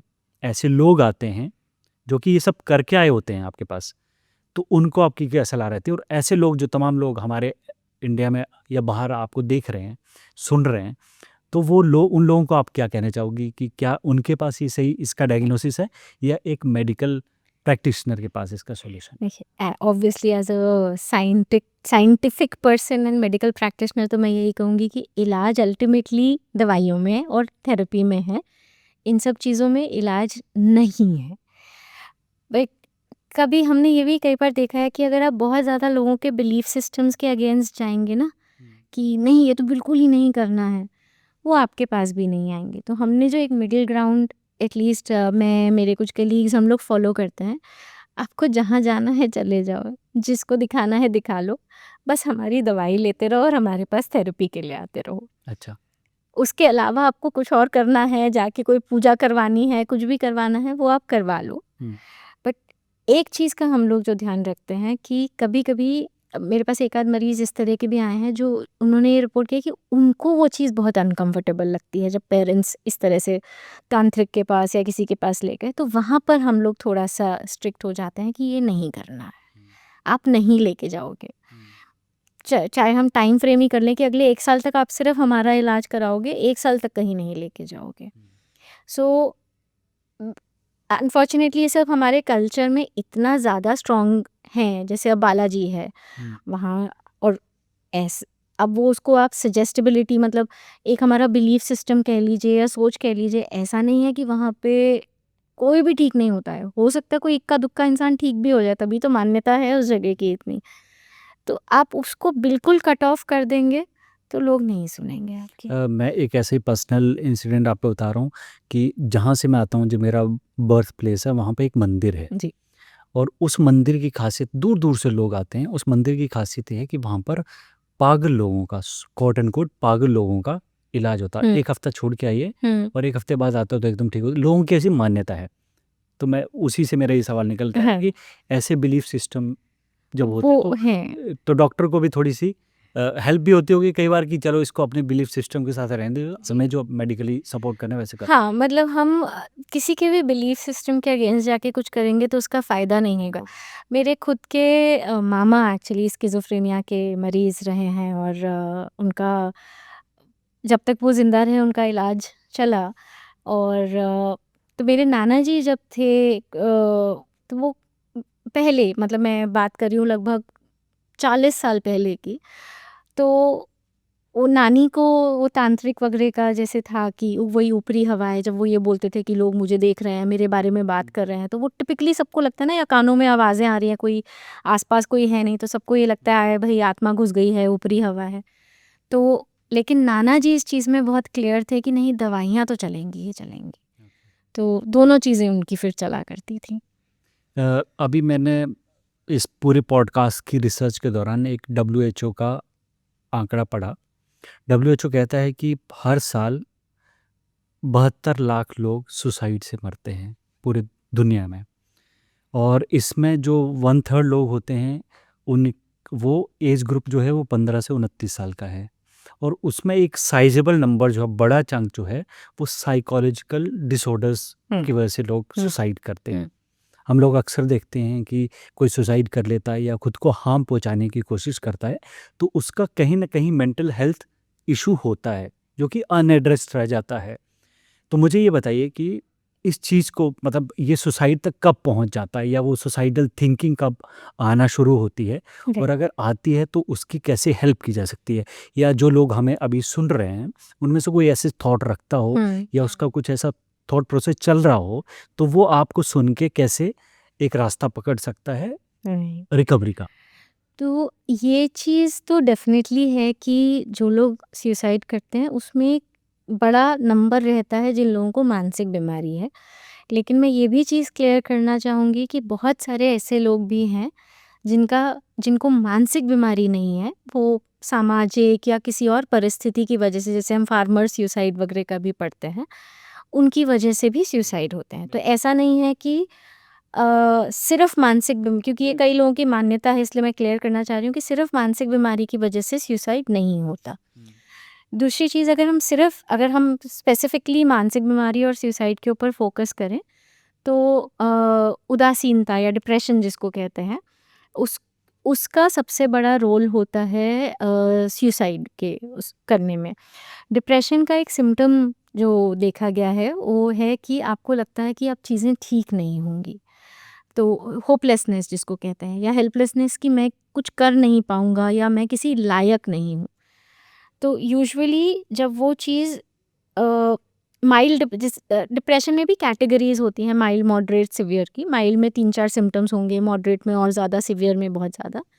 Moderate to severe level of depression, जहाँ पे आप अगेन बहुत लंबे समय तक उदास हैं, कुछ काम करने की इच्छा नहीं हो रही है, नींद, भूख वगैरह में फ़र्क पड़ गया है, एनर्जी नहीं है, लोगों से बातचीत करने का मन नहीं हो रहा है, या तो रोना आ रहा है, बहुत रोना आ रहा है, या मन इतना नंब हो गया है कि रोना भी नहीं आ रहा है अब, और हर चीज़ पे लग रहा है कि मैं बोझ हो गया हूँ, बर्डन हो गया हूँ,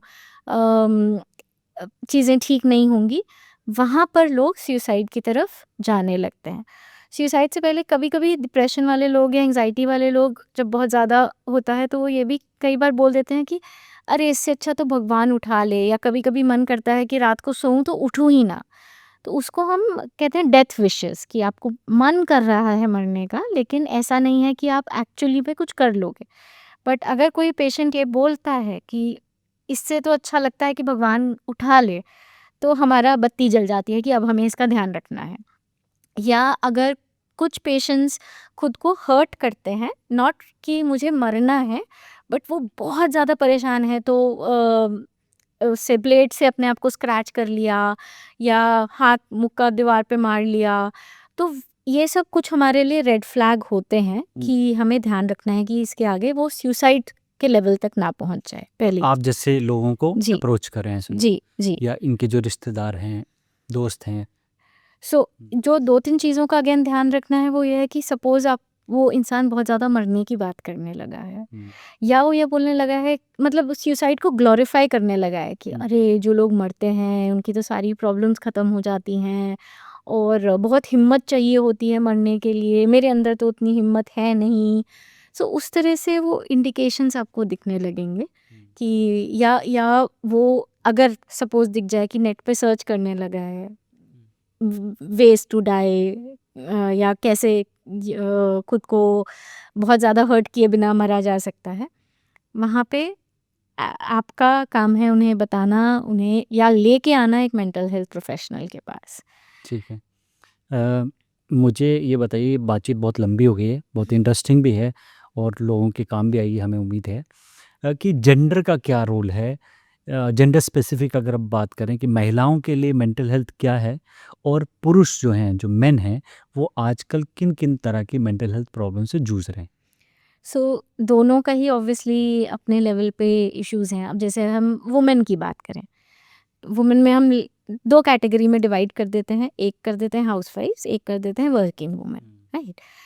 हाउसवाइफ्स की लाइफ क्या है? वो मंडे टू संडे काम कर रहे हैं, 24 नो वीक ऑफ, कोई संडे ऑफ नहीं है, कोई फेस्टिवल ऑफ नहीं है, कोई हॉलिडे ऑफ नहीं है, बल्कि उन दिनों में काम ज़्यादा बढ़ जाते हैं क्योंकि बच्चे और पतिदेव और सब लोग घर पे हैं। वैलिडेशन नहीं मिलता है, एक्नॉलेजमेंट नहीं मिलता है। ये घर पे करती क्या है, राइट? सारा दिन तो बैठी रहती है या सो जाती है, जब मन है तब काम को किया जा सकता है। वही रूटीन्स हैं। अब खाना बनाने में मुझे बहुत दिमाग नहीं लगाना है, मैं पिछले 20 साल से बना रही हूँ। कल मेरी सास ने क्या बोला, वो अगले 2 दिन तक मेरे दिमाग में चलता रहा, राइट? जब किसी ने किसी चीज़ के लिए मना कर दिया कि अरे ये तो बहुत महँगा है, हाँ, मैं तो कमाती नहीं हूँ। तो आपका सेल्फ कॉन्फिडेंस, आपकी सेल्फ एस्टीम, आप क्या करना चाहते हो, आपके पास उतने डिस्ट्रैक्शन के साधन नहीं हैं। सो वो चीज़ें आपके मेंटल इलनेसेस को, मेंटल हेल्थ इश्यूज़ को बढ़ा सकती हैं। तो अगेन डिप्रेशन, एंग्जाइटी, ये सब कॉमन चीज़ें जहाँ पे हो सकती हैं। अब कुछ लोग उस बारे में, कुछ लेडीज़ हैं जो बात कर सकती हैं, उनके पास सपोर्ट सिस्टम्स होते हैं, तो वो हम तक नहीं पहुँचते हैं। जहाँ पर बात करने वाला कोई नहीं है, या अगेन उस चीज़ को डाउन प्ले कर दिया गया कि अरे क्या है, तुम तो ज़्यादा सोचती रहती हो ना, घर पे खाली है ना, इसलिए ये सब चीज़ें होती रहती हैं। वहाँ पर फिर वो ऑब्वियसली एक लेवल पे फिर हमारे पास आती हैं। दूसरा आप आते हैं जहाँ पे वर्किंग वुमेन है, उनके पास डबल स्ट्रेस है। वो काम भी कर रहे हैं, वो घर को भी मैनेज कर रहे हैं। मेरे पास बहुत सारी ऐसी वर्किंग वुमेन्स आती हैं जो न्यू मदर्स हैं। अभी 1-2 साल का बच्चा है। इतना गिल्ट देखा है मैंने उनमें कि अरे मैं बच्चे को छोड़ के आ गई, I am not a good mother, मैं बच्चे को टाइम नहीं दे पा रही हूँ। जबकि बच्चा खुश है, लेकिन खुद का वो गिल्ट आपको परेशान करता रहता है। तो वहाँ पे उनके अपने, प्लस उनको वर्क प्लेस को भी नेविगेट करना है, उनको घर को भी नेविगेट करना है, तो वहाँ पे अपने इश्यूज़ होते हैं उनके। मेन का जो एक मैंने चीज़ देखी है कि हमारा एक बहुत कॉमन सेइंग है, बॉयज़ डोंट क्राई, लड़के रोते नहीं हैं। वो जेंडर स्टीरियोटाइप जिसको कहते हैं कि अरे लड़के थोड़ी रोते हैं। तो अब अगर लड़का परेशान भी है, तो वो किसको बोले? क्योंकि जैसे ही बोला, वो बोलेगा, "क्या तू लड़कियों की तरह कर रहा है? अरे इसमें परेशान होने वाली कौन-सी बात है? तू तो लड़का है, निपट ले।" तो इश्यूज़ उतने, जैसे अगर आप वैसे प्रोपोर्शन में देखेंगे तो कुछ डिप्रेशन, एंग्जाइटी महिलाओं में ज़्यादा देखा गया है, पुरुषों में कम है। लेकिन हेल्प सीकिंग जो है, वो औरतों में ज़्यादा है, पुरुषों में कम है। ओह!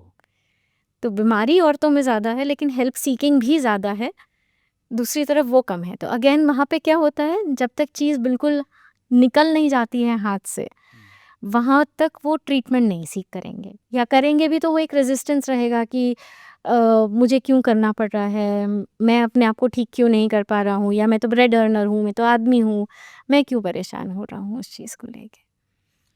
अब आते हैं सबसे ज़रूरी सवाल पे। वो ये कि इंडिया में आज के टाइम पर 2025 में हम लोग बैठे हैं। एक तो मेंटल हेल्थ पे डिस्कशन बहुत कम है, अवेयरनेस बहुत कम है, और अगर मान लीजिए कोई हिम्मत जुटाता भी है, तो ट्रीटमेंट बहुत महँगा है। हम लोग प्राइवेट अगर कहीं किसी एक्सपर्ट से हेल्प भी सीख करते तो उनका चार्जेस बहुत ज़्यादा हैं। दूसरा, पहला ये कितना एक्सेसिबल है ट्रीटमेंट। दूसरा ये कि हमारे सरकारी अस्पताल जो हैं, छोटे शहरों, टियर 2, टियर 3 शहरों से लेकर मेट्रो तक, जो सरकारी अस्पतालों में क्या व्यवस्था है मेंटल हेल्थ इश्यूज़ को एड्रेस करने की? राइट।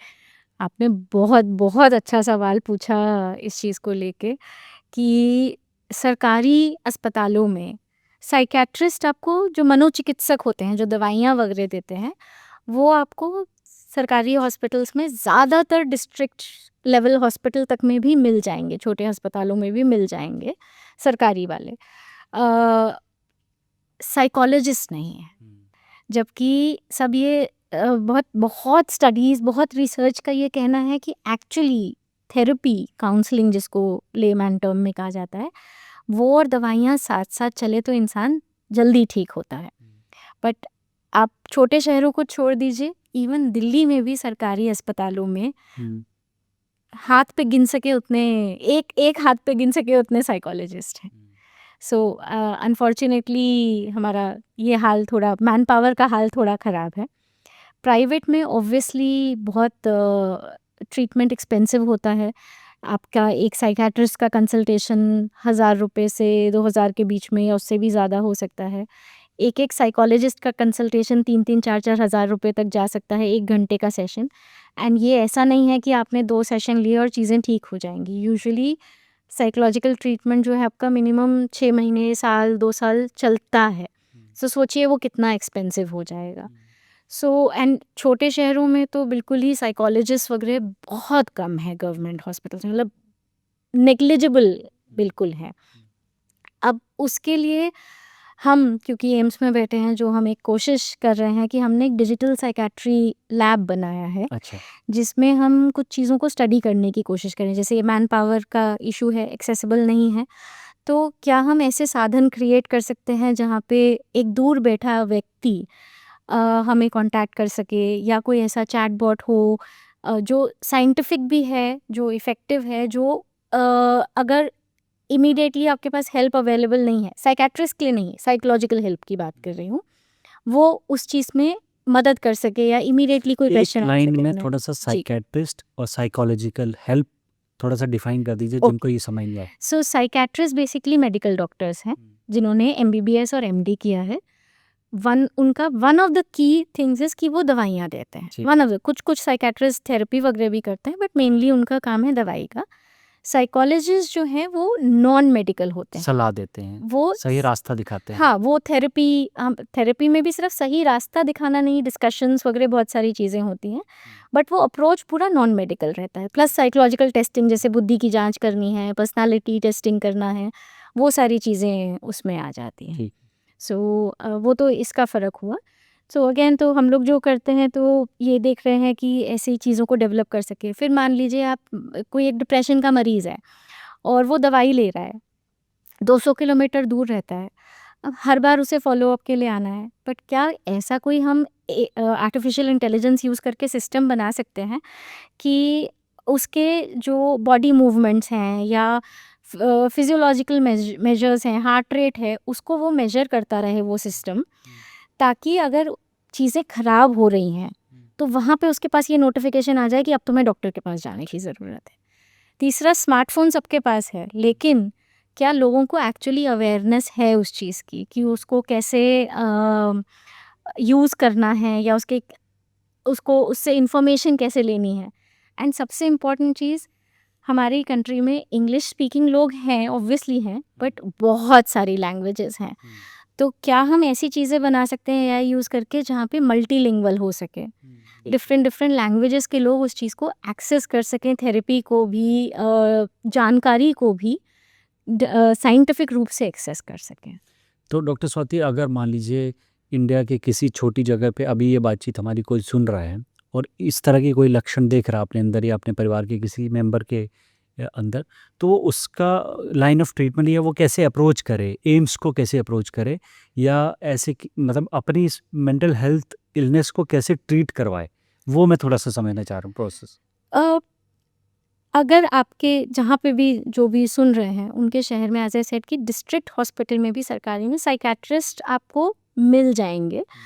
प्लस एम्स है, निम्हांस है, लोग काफ़ी कोशिश भी कर रहे हैं कि इवन मेडिकल डॉक्टर्स जो हैं, एमबीबीएस डॉक्टर्स वगैरह को भी थोड़ा साइकियाट्री के प्रति ट्रेन किया जाए कि वो बेसिक इन्फॉर्मेशन को, बेसिक लक्षणों को आइडेंटिफाई करके ट्रीट कर सके। तो सबसे पहला काम है, अगर आपको लग रहा है कि चीज़ अब आपके कंट्रोल से बाहर है, उदासी है, आप बिल्कुल नहीं निकल पा रहे हैं, या आपका परिवार का कोई सदस्य नहीं निकल पा रहा है, हेल्प सीक करना। साइकियाट्रिस्ट के पास जाइए, साइकोलॉजिस्ट के पास जब पहुंचेंगे या जो होगा वो बात की बात है, बट एटलीस्ट मनोचिकित्सक के पास तो जा ही सकते हैं, ताकि वो आपको ठीक से गाइड कर सके।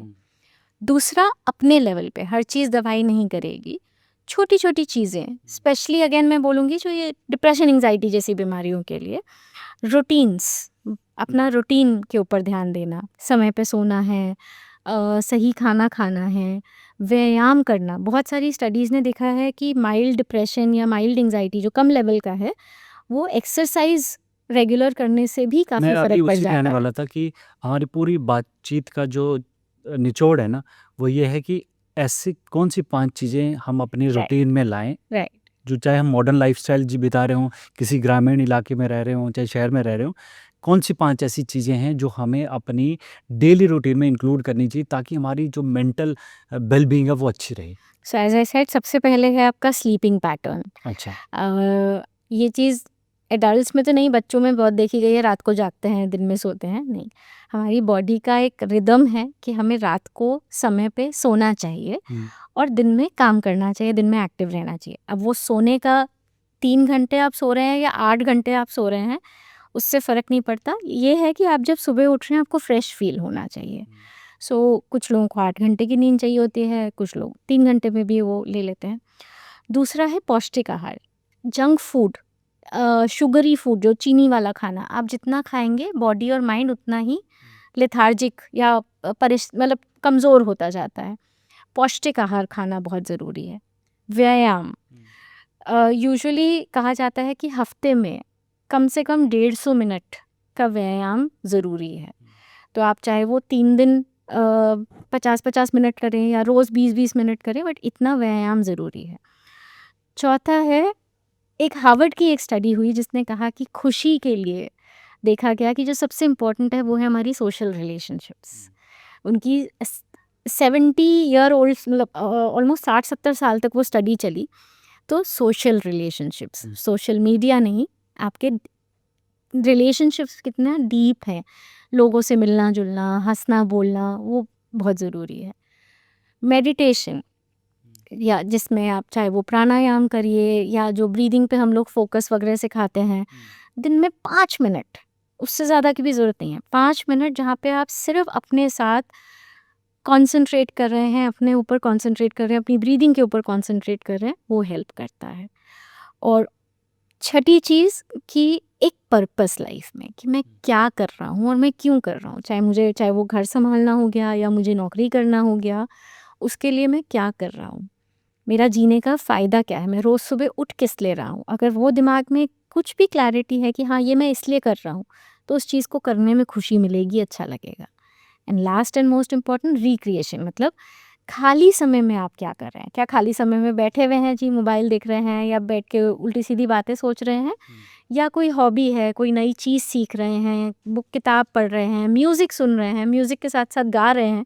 किसी को लता मंगेशकर नहीं बनने की ज़रूरत, लेकिन एक शौक से कि चलो गाना बज रहा है पुराना, मैं भी उसके साथ गाऊँगा।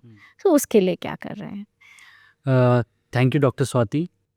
तो ये था आज का हमारा पॉडकास्ट जिसकी शुरुआत कुछ सवालों से हुई थी, जवाब डॉक्टर स्वाति ने हमें दे दिए हैं और आपने इस पूरी बातचीत के दौरान ये देख लिया होगा कि आपके साथ या आपके आसपास के लोगों के साथ अगर इस तरह का कोई लक्षण है, उनके बिहेवियर में कोई पैटर्न में कोई चेंज है, तो ज़रूर ये बातचीत आप देखें और ज़्यादा से ज़्यादा लोगों तक शेयर करें, क्योंकि जानकारी ही बचाव है।